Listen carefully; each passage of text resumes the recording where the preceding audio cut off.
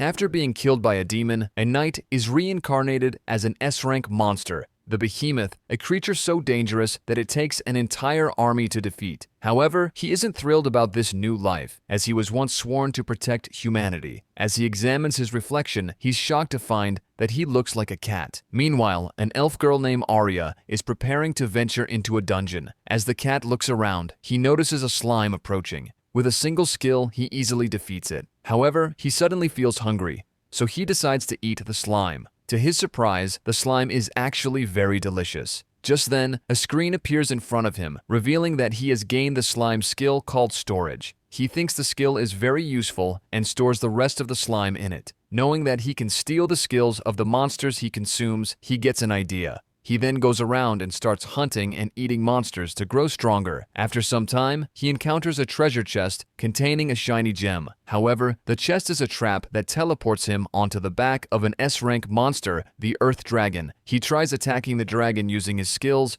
but its skin is too tough. When the dragon retaliates, he uses his iron body skill to block the attack, but he still takes damage. Impressed by his survival, the dragon lowers its guard as it tries to eat him. Taking advantage of the opportunity, he strikes the dragon's eye and manages to escape. Too bad for him, the damage he took from the dragon was too severe. As he lay down, thinking he was going to die, Arya saw him and decided to take him back to her home to treat his wounds. Several days have passed, and he is fully recovered. Since Arya saved his life, he vows to protect her for as long as he lives. When Arya heads back to the dungeon to complete another quest, he decides to secretly follow her, hoping nothing bad happens to her. While in the dungeon, she encounters 3 goblins. Unfazed, she activates her acceleration skill, moving at incredible speed and quickly dispatching all of them. This impresses the cat. Suddenly, another goblin appears and surprises her with a fireball. Luckily, the cat rushes in and pushes her out of the way. Not wanting to reveal his true identity, he avoids using his skills and instead scratches the goblin's face, sending it tumbling down the stairs. Arya is surprised to see the cat and is grateful for the rescue. Later, at the Adventurers Guild, Arya is approached by a man named Kazman. He asks if she has changed her mind about joining his party. As he tries to touch her, the cat leaps up, biting his hand and scratching his face in retaliation. Kazman, enraged, draws his sword, but he is quickly stopped by the guild receptionist, who reminds him that brandishing a weapon on guild grounds is strictly forbidden. Scared, Kazman quickly runs away. The guild receptionist then assures Arya to let him know if Kazman harasses her again. Grateful for the support, Arya happily tells him that the cat has now saved her twice and declares that it will officially be her pet and naming it Tama. After receiving the reward for her quest, Arya buys some alcohol and gets drunk. She then threatens Tama, saying that if he doesn't fix his attitude toward her, she won't let him join her in the bath.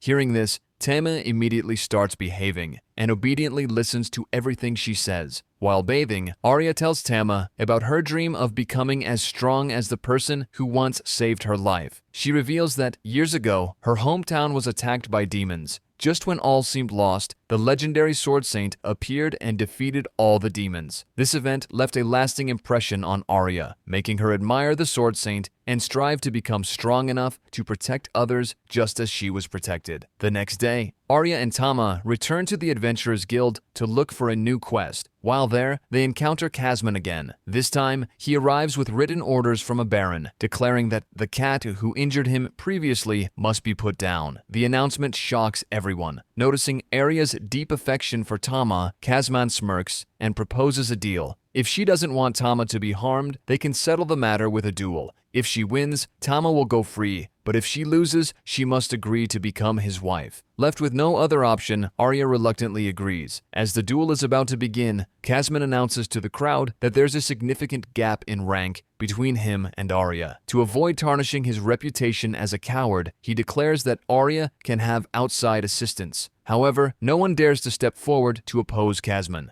Just then, Tama steps in front of Arya, ready to fight. Kazman laughs, mocking the idea that a mere kitten could pose any threat to him. Arya, on the other hand, feels a surge of happiness, touched by Tama's willingness to protect her. When the duel starts, Tama immediately charges at Kazman. but without using magic, Tama's attacks have no effect on him. Meanwhile, Arya uses her acceleration skill to increase her speed, but Kazman reads her every move effortlessly and counters her attacks easily. As Kazman is about to defeat Arya, Tama leaps in, activating his iron body skill to block the attack. The impact shatters Kazman's sword. Tama then uses his howling skill, sending Kazman flying into a nearby tree. The broken sword spins through the air and strikes Kazman, defeating him. The crowd is left in shock as they realize Tama can use magic. Believing his secret is now exposed and fearing they'll recognize him as a monster, Tama prepares for the worst. He doesn't regret his actions at all. Instead, he feels fulfilled knowing he protected his master. However, to his surprise, the crowd cheer instead. They assume Tama is a rare elemental cat and celebrate both his and Arya's victory. The next morning, after waking up, Tama wanted to make Arya happy by licking her ear, hoping she would enjoy it. What he didn't realize was that this made Arya adore him even more, so much so that he began to wonder if he might regret it. Later, Arya took Tama to meet her friend Vulcan, a blacksmith and C-rank adventurer. When Vulcan saw Tama, she was delighted and placed him on her chest. She then asked Arya why she had come. Smiling, Arya explained that she wanted Vulcan to make armor for Tama. Excited by the idea, Vulcan immediately began measuring him. A few days later, the armor was finished, and Arya was thrilled with the result. She then asked Vulcan if she could make her sword lighter, explaining that she just couldn't seem to get the hang of using it. Vulcan, however, said that making it lighter would make the blade too fragile. Instead, she suggested they go to a dungeon together, where she could watch Arya in action and come up with a better solution. In the dungeon, Tama and Arya are both amazed by Vulcan's strength as she effortlessly defeats all the goblins in her path. Shortly after, an orc appears, and Vulcan tells Arya that it's her turn to handle it. Arya uses her usual acceleration skill to fight the orc, but her movements are too predictable. As the monster strikes back, Tama jumps in to block the attack, creating an opening for Arya to finish it off. Despite her victory, Arya feels unsatisfied with the outcome. Vulcan approaches her and tells her that she knows why her moves are so easy to read. She then leads Arya to the next floor to face a group of monsters called Roper. Tama thinks it's a bad idea and imagines Arya getting caught by the creature. Suddenly, Arya charges at the monster as she usually does, but this time it's too fast for her to even get close. As the battle progresses, one of her swords is knocked out of her hand and the other is destroyed. At that moment, Vulcan tosses a pair of knives to Arya. With these new weapons, Arya moves faster than before and easily defeats all the monsters in the area. However, as one of the creatures falls, a strange liquid sprays from its body, splashing all over Arya. This makes Arya furious, and she continues attacking the monster even after it's already dead. Meanwhile, Tama seizes the opportunity to eat the monster in order to gain a new skill, despite the unpleasant taste. Later, Arya reveals that the reason she used longswords because she admired the Sword Saint. However, she now feels happy to have found a weapon that suits her better. Vulcan then takes Tama and Arya to a bath area inside the dungeon. She assures them that the place is safe because it contains a Philosopher's Stone, which prevents A-rank or lower monsters from approaching. Arya gazes at the stone and recalls the time the demon attacked her village. While bathing, Arya learns from Vulcan that her previous party broke up because two members fell in love and one of them got pregnant. Vulcan then looks at Arya and warns her to be cautious, explaining that elemental cats can crossbreed, and who knows what Tama might do to her when he grows bigger and is in heat. However, this doesn't scare Arya at all. Instead, it makes her happy. As they venture deeper, they encounter a minotaur. However, Arya has no trouble fighting it. She easily dodges all of its attacks, but her own strikes don't do much damage either. During the fight, the Minotaur swings its weapon around wildly, causing part of the roof above Vulcan to start collapsing. Just as the debris is about to hit her, Tama jumps in front of her and destroys it. This makes Vulcan blush. At the same time, Arya manages to stab the Minotaur in the chest, killing it. Later, at the Adventurers Guild, the receptionist is surprised and thrilled to learn that Arya has grown stronger and can now defeat a Minotaur on her own. After collecting their reward for the quest, Arya, Tama, and Vulcan celebrate together. During this, Vulcan tells Arya that she wants to form a party with her and Tama. Hearing this makes Arya very happy, and she eagerly agrees. Later that night, Tama was crushed by 4 melons. To calm himself down, he checked his stats and was surprised to see a notification informing him that he could now evolve into his second form. However, Tama chose not to evolve, since he doesn't want to look like a monster. Several days passed. One day, while walking around the city, Arya and Tama saw two men beating up a child on the street, and they immediately rushed to help. When the men noticed Tama, they immediately became terrified and fled, recalling that Tama was the one who had beaten Kasman half to death. Arya then asked the child where her parents were. From her reaction, Arya realized the child was an orphan and decided to take her to the church. Upon seeing Arya, all the children at the church lit up with joy and rushed to greet her, and then quickly becoming friends with the newcomer. It turned out that Arya had been helping bring orphaned children to the church and supporting it all along. Learning this, Tama admired her even more. Later that day, Arya was promoted to C-rank adventurer, which made her really happy. However, they soon noticed a crowd gathered around the quest board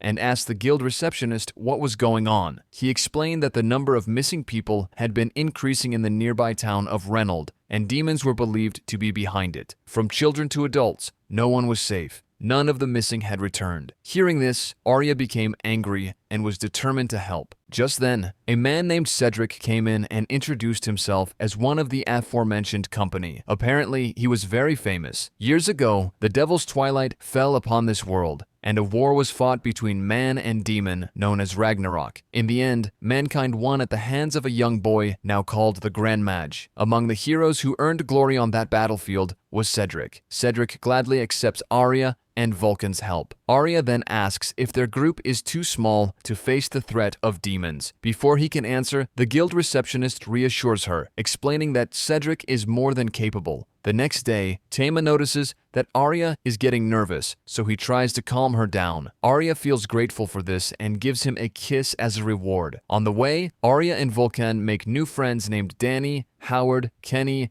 and Marietta. When Arya introduces Tama to them, they find him adorable and fight over him. Just then, a group of ogres appears, blocking their road. Danny steps out of the carriage alone and swiftly kills all the ogres. After arriving at the village chief greets them himself and explains the situation to them. Apparently, he sent a team to handle the demons in the ruins, but they haven't returned. And last night, another young girl went missing. The chief thinks they are the village's only hope now to save them. But noticing that they all seem tired, the chief tells them to rest for now, as he has already prepared food for them. While dining, Arya asks them why they decided to become knights. She learns that Kenny's goal is to earn money for her sick sister's medicine, and Marietta is saving to free her father from slavery. As for Danny and Howard, they are working to pay off their debts. Everyone has a clear motivation except Cedric, who joined the Knights simply because he enjoys killing and has nothing better to do. Later, Arya takes Tama to the girls' bath. While they are undressing in front of him, Vulcan suddenly feels embarrassed and doesn't want Tama to see. Tama, on the other hand, keeps telling himself to stay calm as he looks at their naked bodies. While bathing, the girls begin playfully comparing their big personalities. Meanwhile, at the man bath, Danny and Howard overheard them and want to take a peek, only to get knocked off by Tama. The next day, they go to the ruins searching for demons and encounter a large number of monsters. However, they don't have a hard time defeating them at all. As the monsters keep coming, Tama tries his new skill and kills all of them, impressing everyone and making Arya love him even more. Elsewhere, a demon spies on them and is surprised to see how strong Tama is, considering elemental cats are usually weak and not capable of such power. As they go deeper, the demon comes to greet them and introduces himself as Beryl Astaroth, a surviving remnant of the demons humans once wiped out. He then commands all of his trolls to attack them. As the battle is about to begin, he creates a wall of magic to separate them into groups: Arya and Vulcan, Tama, Danny, Howard, Keeney, and Marietta. As the trolls approach, Tama uses his skill to cut off one of the troll's arms, but it does nothing as the troll can regenerate its arm instantly. Feeling hopeless, Tama keeps running, trying to think of a way to defeat them. Meanwhile, Cedric is having the time of his life, killing the trolls in his path. As Tama runs around, he suddenly gets an idea and uses his flame skill to burn all the trolls alive, killing them. Seeing this, the demon is enraged, but he can't do anything about it, as his hands are full fighting Arya and Vulcan. As the fight goes on, Vulcan manages to distract him long enough for Arya to catch him off guard and stab him in the chest. But before he dies, the demon manages to cut Arya with his poison knife. Everyone becomes worried, and when Cedric examines the poison, he recognizes it as the toxin of a poison dragon. After taking her to the doctor tells them that she has only half a day to live, and the only way to save her is to neutralize the toxin using the eye of an earth dragon. Everyone is ready to help, but Cedric tells them it's not possible. They don't have time to search for a dragon and must think of another way. Tama then remembers the earth dragon he encountered and immediately flies off to the dungeon. He vows to himself that he will save Arya no matter what, even if it costs his life. When he arrives, Tama knows he is no match for the Earth Dragon, so he decides to evolve into his second form. If you come this far, please consider liking and subscribing for more videos like this. Thank you.